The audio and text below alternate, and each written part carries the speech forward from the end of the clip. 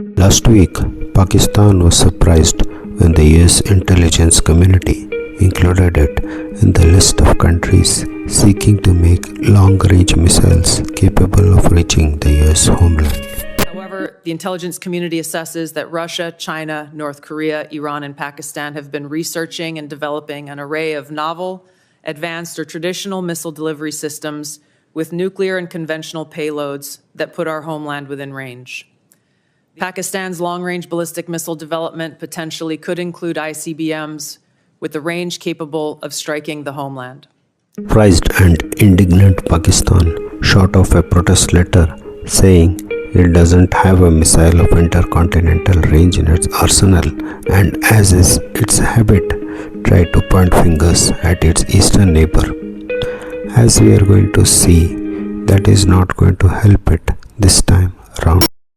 Pakistan's inclusion in the list alongside sworn US adversaries like Russia, China, North Korea, and Iran was surprising, considering that Pakistan has been a close ally of the US since the last 70 years, a designated non-NATO ally, and it has worked closely with the very same US intelligence community for decades, especially during both the Afghanistan campaigns. So, why is it that the very same US intelligence community is pointing fingers at Pakistan now? What happened?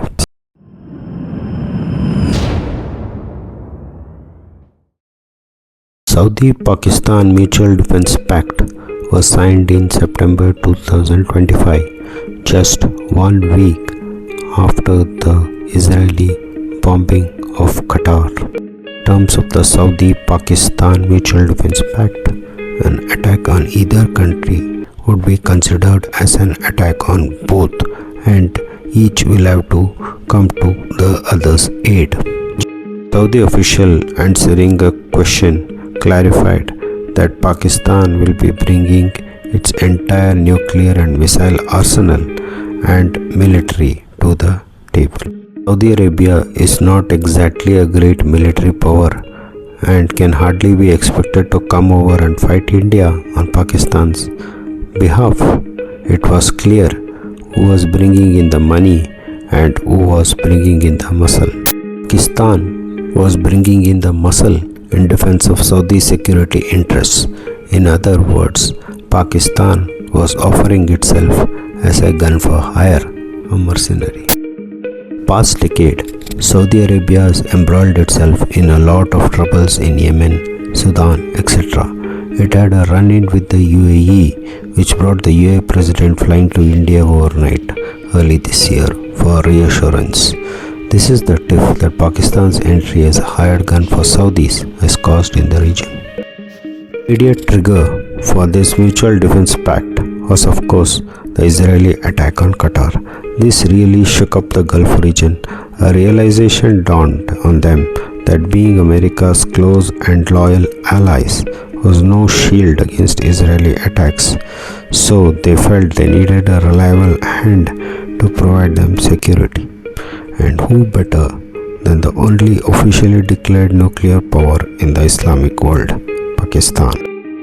And the willingness, even eagerness of Pakistan to jump in the arena was not lost to Israel either. Israel was never convinced about allowing Pakistan have nuclear weapons and long-range missiles. Back in the early 1980s, fresh from its raid on the Iraqi nuclear reactor, it tried to convince India to join it in destroying Pakistan's nuclear facilities. But Israel was asked to stand down by the US because it needed Pakistan in the campaign against Soviets during the 1980s, and Pakistan itself limited its ambition to its own immediate neighborhood far away from Israel. But things are vastly different. Pakistan on its own, without any prompting, has crossed over to Israel's West Asian neighborhood and signed a pact whose timing and wording clearly signal who it was being aimed at: Israel. This brings us to the U.S. Intelligence briefing, which mentioned Pakistan as a country of concern. Clearly, Pakistan doesn't have an intercontinental ballistic missile to threaten the US homeland half a world away.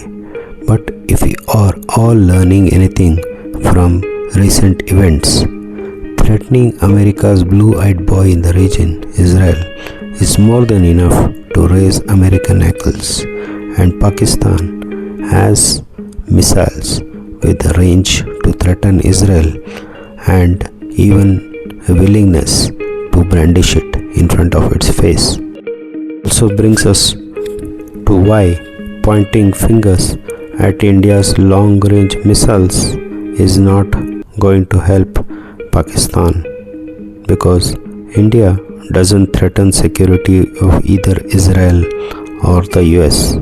In fact, India has a very close military relation with Israel and to a limited extent with the US too.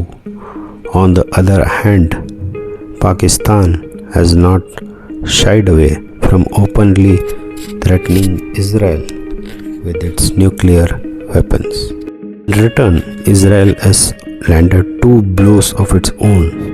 It put Pakistan on America's naughty list, and for good measure, to make sure the lesson reached home, used the Pakistan embassy in Tehran for target practice. And what did Pakistan do in return? Yes, it threatened Israel again, proving it had indeed earned its place in America's naughty list.